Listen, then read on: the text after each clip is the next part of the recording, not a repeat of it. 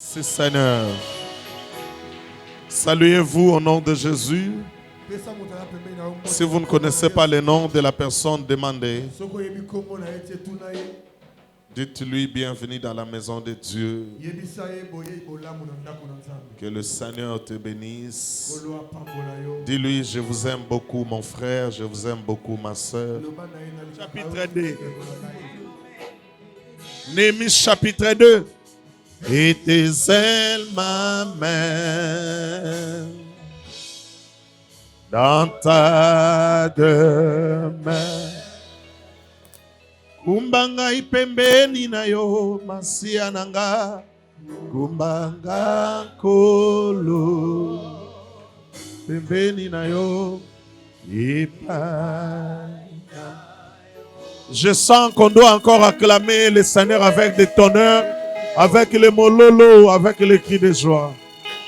Merci Seigneur. Néhémie chapitre 2, verset 1er jusqu'au 3e verset. Nous allons lire comme une chorale.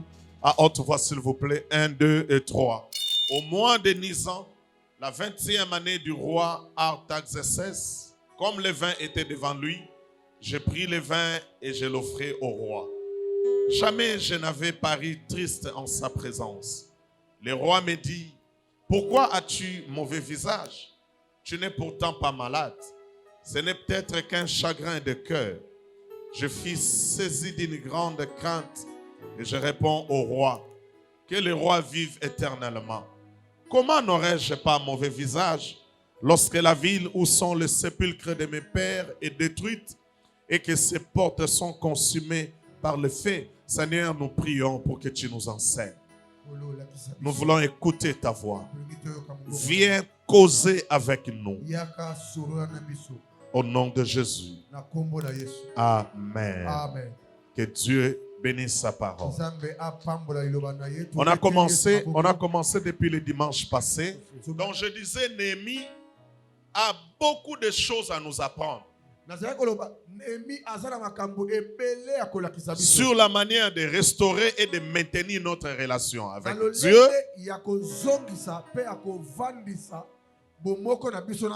Aussi sur la manière de conduire et de gérer une affaire ou une entreprise.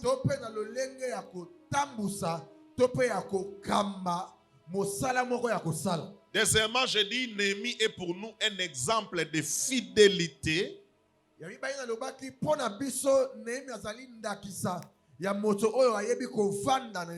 de persévérance, de foi, de détermination et d'abnégation. J'insiste ici pour les chrétiens qui prennent les choses au sérieux. Ils sont en train de prendre note. C'est pour eux que je me tiens ici. Ils prennent note. Ils écrivent ce que le pasteur est en train d'enseigner. Jésus a dit, à quoi bon rester là dans une église, prêcher 99 brebis qui n'ont pas besoin de la repentance? Il dit, mieux aller suivre une brebis perdue. Laissez les 99 là, ils n'ont pas besoin de la repentance. Suivre la brebis perdue. Donc quand tu vois quelqu'un venir à l'église, on enseigne, il ne prend pas note. Comprends que c'est une personne qui ne prend même pas sa propre vie au sérieux. Si vous avez des oreilles pour entendre, ça va changer maintenant votre attitude. Troisièmement, Néhémie, j'étais en train de dire deuxièmement, il est pour nous un exemple de fidélité, de persévérance, de foi, de détermination et d'abnégation. Voilà Néhémie. Alors qu'il était éloigné de son peuple, il n'a jamais perdu espoir. Il savait qu'un jour, il va retourner au milieu de ses frères. Alors qu'il a passé la plus grande partie de sa vie en exil, dans une société païenne, exactement comme son frère Daniel. Parce que Néhémie, Esdras, Daniel sont des contemporains. Ils ont vécu au même moment. Loin de sa famille, il a passé beaucoup de temps dans les pays des païens. Sa foi et sa confiance au Dieu de ses pères n'a jamais failli.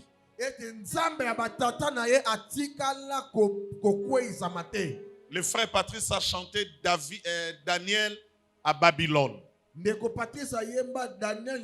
Il a vécu au milieu des païens, des sorciers, des magiciens. Mais sa foi n'a jamais été influencée négativement. Que le Seigneur nous fasse grâce. Nous qui croyons être chrétiens aujourd'hui. Néhémie était un guerrier de prière qui remettait tout entre les mains de Dieu et intercédait pour son pays, pour son peuple. Il était un homme de prière. Que le Seigneur nous fasse grâce. Nous disons que nous sommes chrétiens, mais nous avons un sérieux problème avec la prière. On ne prie pas comme on devait normalement le faire. Il avait son peuple tellement à cœur, bien qu'éloigné. Tellement à cœur qu'il n'a jamais perdu l'espoir de sa restauration, non seulement de sa patrie, mais de la foi au Dieu de ses pères Abraham, Isaac et Jacob.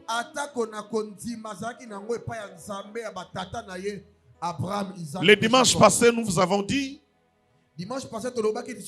il vivait bien. Néhémie. Il vivait bien. Il avait tout. Il était qui?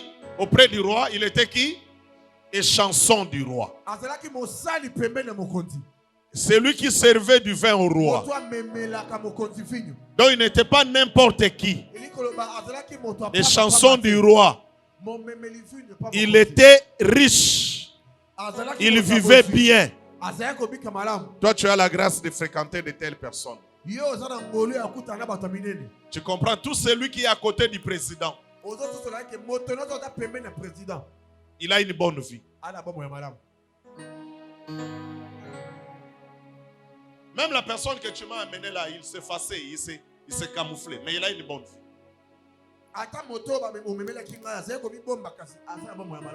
Je fais ça pour que vous ne compreniez pas à qui je m'adresse. Voici encore quelques caractéristiques de Néhémie. Premièrement, on a parlé sur sa bonne curiosité. Écoutez-moi, frères et sœurs. À chaque fois que tout va bien chez toi, pense aussi aux autres. Dis ça à celui qui est à tes côtés. Ah. Il faut penser aussi aux autres. C'est ça aussi être chrétien. On peut me dire amen à haute voix? Amen. Toi tu manges beaucoup, seul. Tout autour de toi là. À chaque fois que tu rentres à la maison, tu rentres avec des croissants, des saucisses, des jus.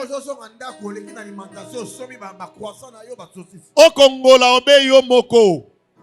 Il y a des familles comme ça. Chacun rentre le soir avec son petit sachet. Et il tourne les deux aux autres. Il mange seul. Si quelqu'un essaie de passer à côté, il fait ça. Liakana bato. Yemsa motaza pene liakana bato. Lobana motaza pene kabola kapena bato. Naboko baksa we wana boyebi ndenge mokile lobaka. Naboko baksa yango. Liakana bato. Amen, amen. Okokena na yango na lilita te. Liakana bato. Amen. Amen. Il avait cette bonne curiosité. Il regardait à côté, il s'informait.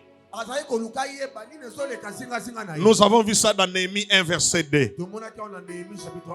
Deuxièmement, ou deuxième chose qui doit nous instruire, nous chrétiens, son altruisme, son dévouement, son cœur généreux. Néhémie était généreux. C'est quelqu'un qui aidait les gens sans s'entendre et recevoir quelque chose. Aujourd'hui, nos églises sont pleines. Les mêmes personnes qui fréquentent les églises, ce sont eux qui vendent au marché et qui sont dans les universités, dans les écoles, dans le travail. Mais il est rare de voir quelqu'un faire du bien sans attendre quelque chose de retour.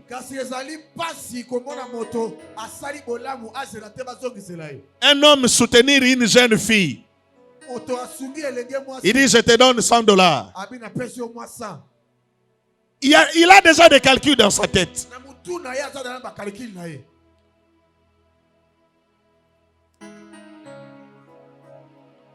Le mot altruisme veut simplement dire se consacrer à autrui de façon désintéressée.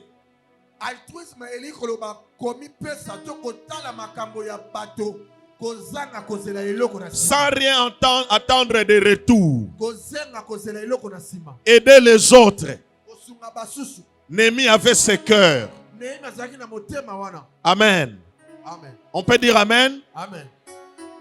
Néhémie 1, verset 4. Je vous prie encore, les amis. Donnez-nous un bon son. Au deuxième culte, pas ce son, s'il vous plaît. Vous êtes habitués de me faire souffrir, mais aidez celui qui viendra après. Lorsque j'entendis ces choses, Néhémie 1, verset 4. Vous y êtes? 1, 2, 3. Lorsque j'entendis ces choses, je m'assis, je pleurai. Est-ce qu'on peut lire ensemble, s'il vous plaît? Néhémie 1, verset 4. 1, 2, 3.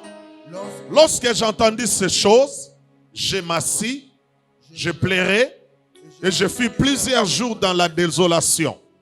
Je jeûnais et je priais devant le Dieu de...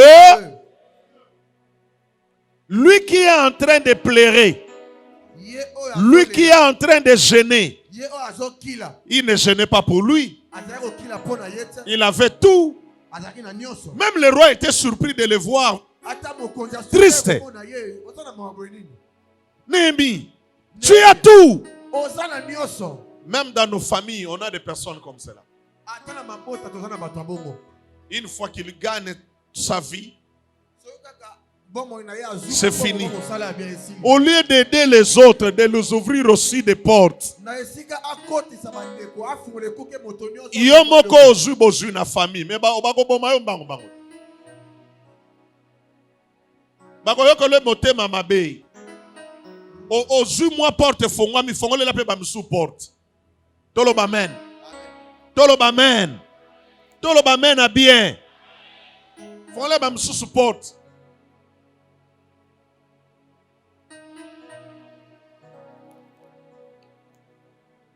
Du coup, il a perdu la joie. Après avoir pris toutes les informations, Néhémie se présente devant le trône de grâce pour implorer la miséricorde de Dieu. Voyez, et lui présenter son projet. Si nous lisons bien le livre de Néhémie, vous allez comprendre que Néhémie avait ses habitudes. Il faisait toujours recours à Dieu. Il implorait toujours la grâce de Dieu. Il est rare aujourd'hui de voir des chrétiens prier pour les membres de leur famille. Au contraire, nous jetons le feu dans nos familles. Que le feu consume notre tante là. Que le feu consume notre oncle là. Moi, je ne vous ai jamais enseigné ça ici. Je vous ai toujours dit que le feu consume les œuvres du diable, pas les personnes. Aujourd'hui, toi, tu es chrétien. Hier, tu étais païen. Aujourd'hui, tu es servante de Dieu. Hier, tu étais peut-être prostituée. Aujourd'hui, tu prêches la parole. Hier, tu étais peut-être sorcier. On ne jette jamais le feu sur des hommes. On consume les œuvres du diable. Je n'ai pas entendu ton amen. Acclame le Seigneur. Acclame le Seigneur. Priez pour les membres de nos familles. Implorons la grâce de Dieu. Demandons aussi leur conversion dans la prière. Néhémie a commencé à prier. Et il a présenté son projet à Dieu. Vous avez beaucoup de projets, mais incapables de venir à l'église pour prier. Vous devez prier pour le grand projet que vous avez à l'église. Un véritable chrétien, lorsque son pasteur lance un projet, il s'accroche à ce projet-là. Il fait ce projet, son projet à lui. Il peut même oublier toute autre chose. Travailler d'arrache-pied jusqu'à ce que ce projet-là s'accomplisse. Mais ce n'est pas le cas avec les chrétiens. L'église a un grand projet. Lui aussi, il a ces choses à lui dans sa tête. Il privilège d'abord ces choses à lui. Vous devez prier pour le projet de l'église. Vous devez mettre ça aux premières positions, à la première position. Quelqu'un me dit amen à haute voix. Amen. La prière, la prière, la prière, la prière. Vous devez gêner pour ce projet. Si je pose la question ici, depuis qu'on a commencé ce projet, qui a déjà gêné? Vous allez lever la main pour nous tromper. Qui a déjà gêné, non pour son travail, non pour sa famille, mais pour le projet à chaque parcelle?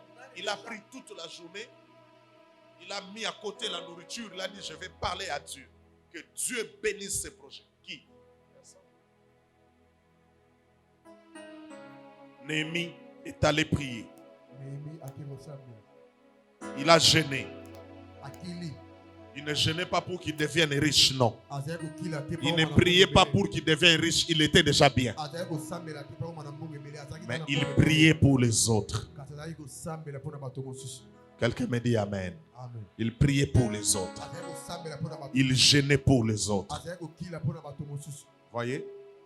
Non seulement pour les membres de sa famille, il gênait pour son peuple.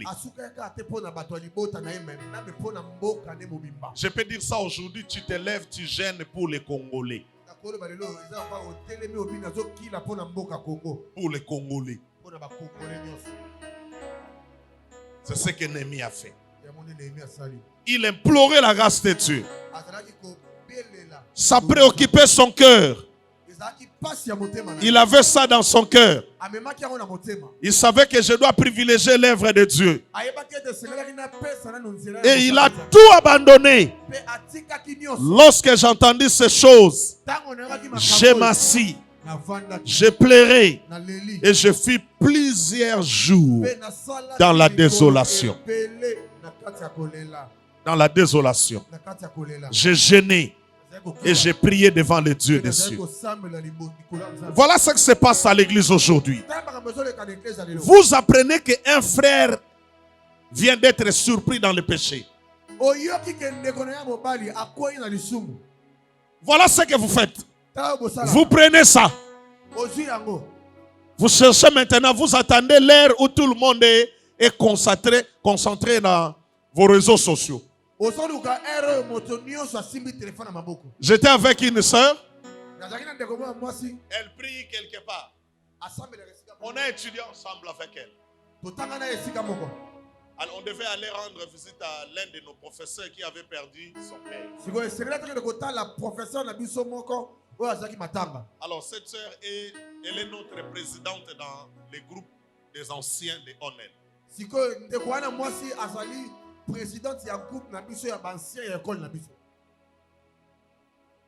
Et pendant qu'on se dirigeait vers les professeurs, elle m'a posé la question, Pasteur Ngoma, est-ce que vous avez appris? J'ai dit non. J'ai appris quoi? Elle m'a dit, mais c'est partout dans les réseaux sociaux. On a publié les images de tel pasteur. Je connais le nom de ce pasteur. Tel pasteur. Je suis en train de chercher ça. Je demande à mes amis de m'envoyer l'image. Je lui ai dit, et puis qu'est-ce que tu vas faire avec les images? Elle a commencé à rigoler. Non, je vais seulement voir. Je lui ai dit, pourtant tu es chrétien. La honte, c'est à nous maintenant. Vous voyez? C'est un pasteur. Toi, tu dis que tu es chrétien et tu attends les images.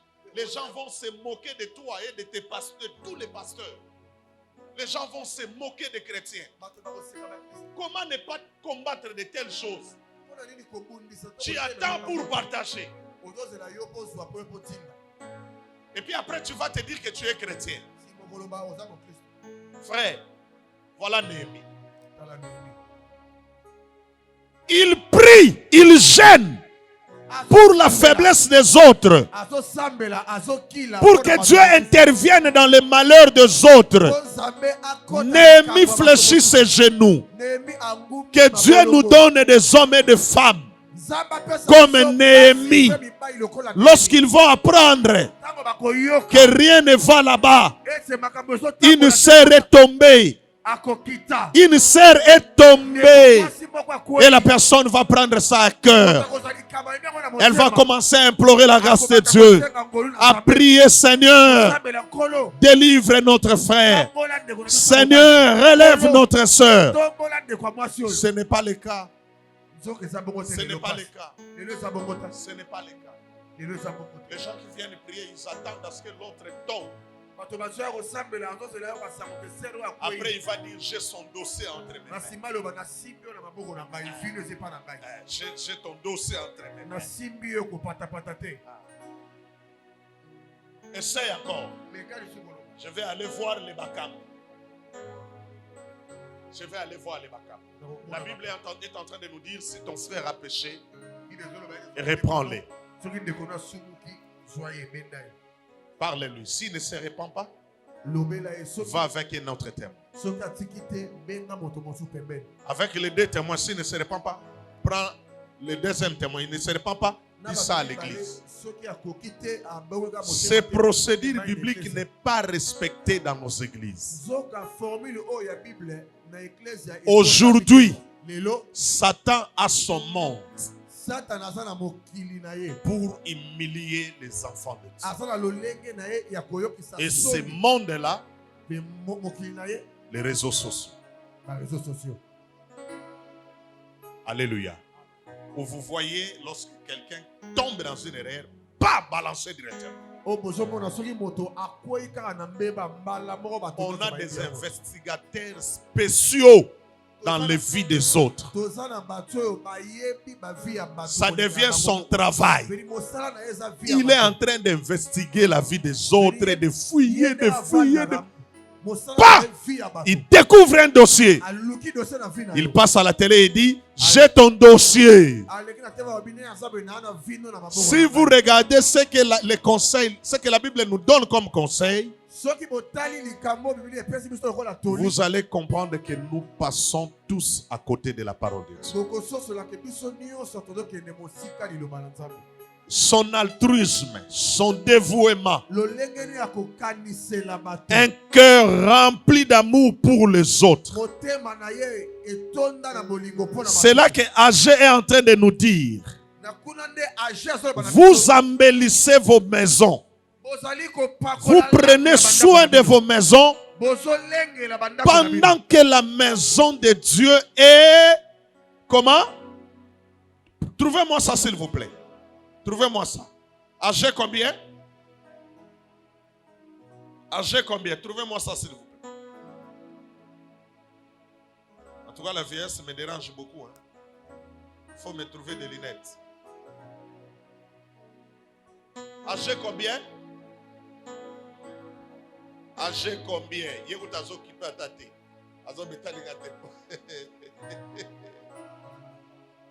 Jésus. Âgé 1, 4. Hein? Tu peux lire ça rapidement.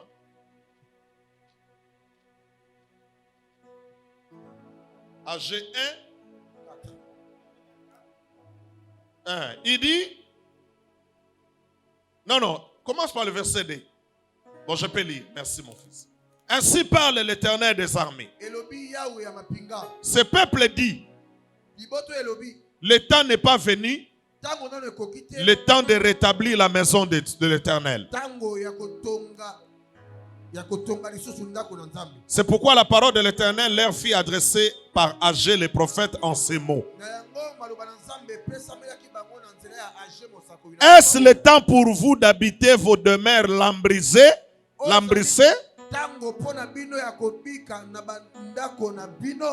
Quand cette maison est détruite. Vous pouvez dire Amen. Amen. Dieu pose la question. Est-ce le temps pour vous d'habiter vos demeures lambrissées quand cette maison est détruite? Voyez? Donc ça ne leur intéressait pas. Ça ne leur dérangeait pas. Voir la maison de Dieu détruite. Ce n'était pas leur affaire. Les gens qui viennent vers Dieu pour ne demander que Seigneur bénis-moi, Seigneur donne-moi Ngoma. Tu es fidèle. Seigneur donne-moi ce visa. Seigneur ouvre-moi cette porte. Mais il n'a jamais le souci de regarder, de voir qu'est-ce que je peux faire pour l'œuvre de Dieu. Il n'a pas ça dans sa tête. Il ne vient que pour lui. Tous nous savons que Jésus nous aime. Mais un jour Jésus pose la question à Pierre. M'aimes-tu? Toi tu sais que Jésus t'aime. Mais est-ce que toi aussi tu aimes Jésus? Il s'est donné, il a donné toute sa vie pour toi. Mais toi, qu'est-ce que tu as déjà donné pour lui? Quoi? Qu'est-ce que tu as déjà donné pour Jésus? Voyez? Est-ce le temps pour vous d'habiter vos demeures lambrissées quand cette maison est détruite?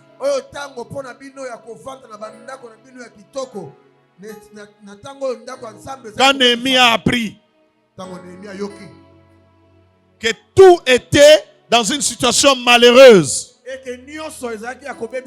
Néhémie a quitté sa gloire. Il a arrêté de manger. Il ne buvait rien. Il a commencé à prier. Il a commencé à pleurer. Il a commencé à gêner. Est-ce que tu l'as déjà fait? Tu l'as déjà fait? Pour l'église du Seigneur. Pour l'œuvre de Dieu. Est-ce que ça te préoccupe? Voilà la génération Néhémie. Une génération des hommes et des femmes qui voient d'abord Dieu. D'abord, l'avancement du royaume. Qui sont prêts à oublier tout ce qui est leur bien. Privilégiant d'abord l'œuvre de Dieu. Rare. Le dimanche passé, je vous ai dit, c'est rare de voir ça même après culte. Quelqu'un venir vous poser la question, pasteur, est-ce que tout va bien? Non. Non, c'est rare. C'est rare. C'est vraiment rare. Toi, tu dois prier pour eux. Toi, tu dois gêner pour eux. Mais qui gêne pour les pasteurs? Qui gêne pour l'avancement de l'œuvre de Dieu? Qui prie, qui gêne pour le salut des âmes? Qui a le souci de gagner les âmes? Vous passez beaucoup de temps avec vos amis, avec vos collègues,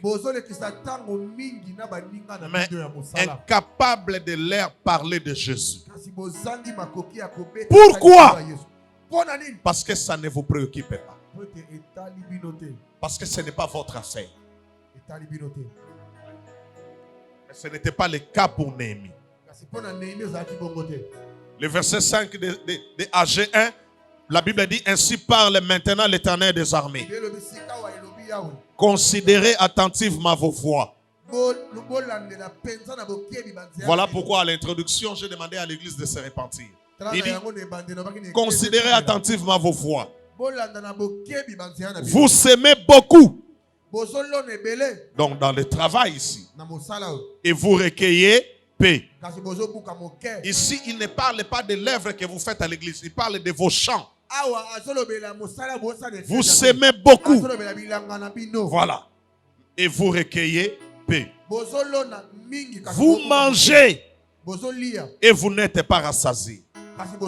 Vous buvez et vous n'êtes pas désaltéré. Pourquoi alors? Vous êtes vêtus et vous n'avez pas chaud. Le salaire de celui qui est à gage tombe dans un sac percé.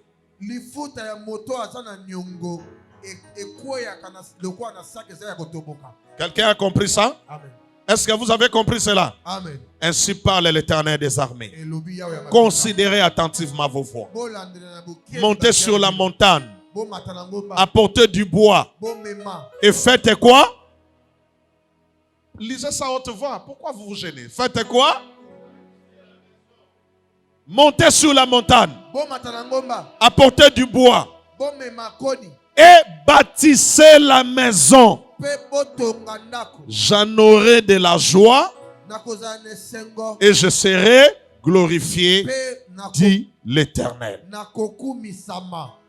Vous comptiez sur beaucoup. Et voici, vous avez eu paix. Vous l'avez rentré chez vous. Vous l'avez rentré chez vous. Mais j'ai soufflé dessus. Pourquoi? Dit l'Éternel des armées. À cause de ma maison qui est détruite. Tandis que vous vous empressez chacun pour sa maison.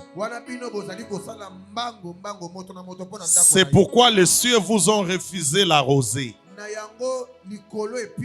Et la terre a refusé ses produits. Pour aujourd'hui, je m'arrête au verset 10. Si vous êtes véritablement enfant de Dieu, cela doit toucher votre cœur. J'étais dans le bureau d'un homme de Dieu. Allez, je cite son nom, c'est le pasteur Katanga. J'ai dit: oh waouh, c'est beau, papa. Il m'a dit: pasteur, nous embellissons nos maisons. Pourquoi ne pas le faire pour l'œuvre de Dieu? Vous savez, une fois je suis allé voir un homme de Dieu. Son nom était tellement grand. Je suis allé le voir parce que je comptais qu'il soit parmi les orateurs. Ça fait beaucoup d'années passées.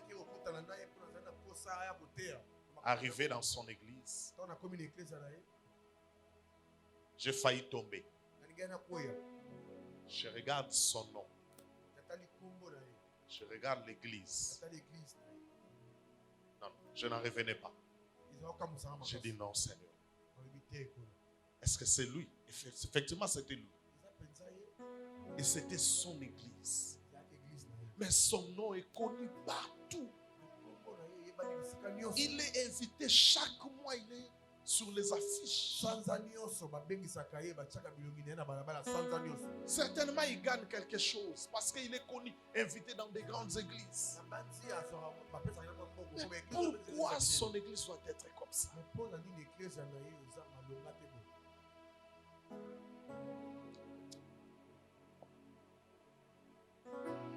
Frère, Je vous ai dit une fois ici, je suis capable de venir chaque culte de dimanche avec une nouvelle veste. Chaque dimanche, je peux venir avec une nouvelle veste. Chaque dimanche. Mais je ne le fais pas. Vous savez pourquoi? Je ne le fais pas. Si vous me regardez attentivement, vous pouvez compter mes vestes. Le pasteur a autant de vestes. Vous pouvez compter. Des fois, l'argent tombe entre mes mains. Il m'arrive des fois, je prêche quelque part. On me donne $300. La première des choses qui est dans ma tête, je vois l'œuvre de Dieu. Je vois l'œuvre de Dieu.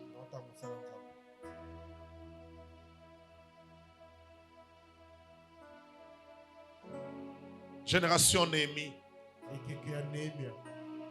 Une génération des hommes et des femmes qui ont un cœur plein d'amour pour les choses de Dieu. Ils peuvent se priver de tout, mais voir l'œuvre de Dieu avancer. Ils sont prêts à tout perdre, mais voir l'œuvre de Dieu avancer. La génération Néhémie, c'est la génération des hommes et des femmes qui puisent leur joie dans l'avancement de l'œuvre de Dieu. Ils ont la joie de mettre la main dans la poche et donner de fortes sommes dans les paniers pour l'avancement de l'œuvre de Dieu. La génération Néhémie, ce sont des hommes et des femmes qui, lorsqu'ils viennent à l'église, ils ne viennent pas seulement pour s'asseoir, fermer les yeux, regarder, fixer le pasteur, écouter la prédication, puis après dire amen et retourner à la maison. Non.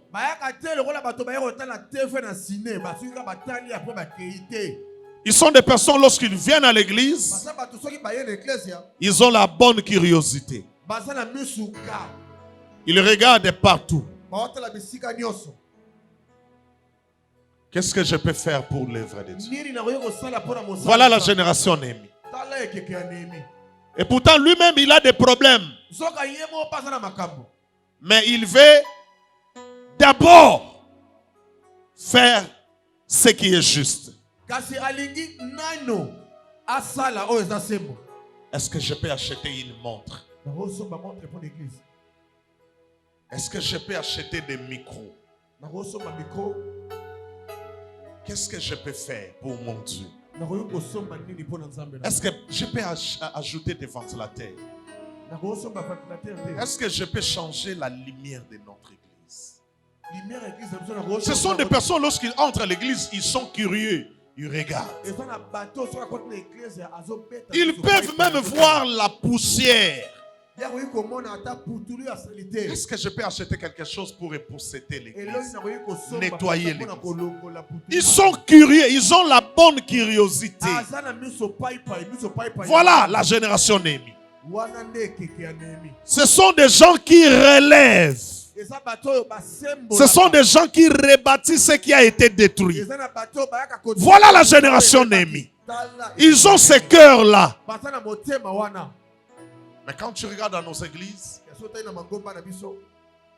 c'est une race en voie de disparition. Non, ils ne sont pas là.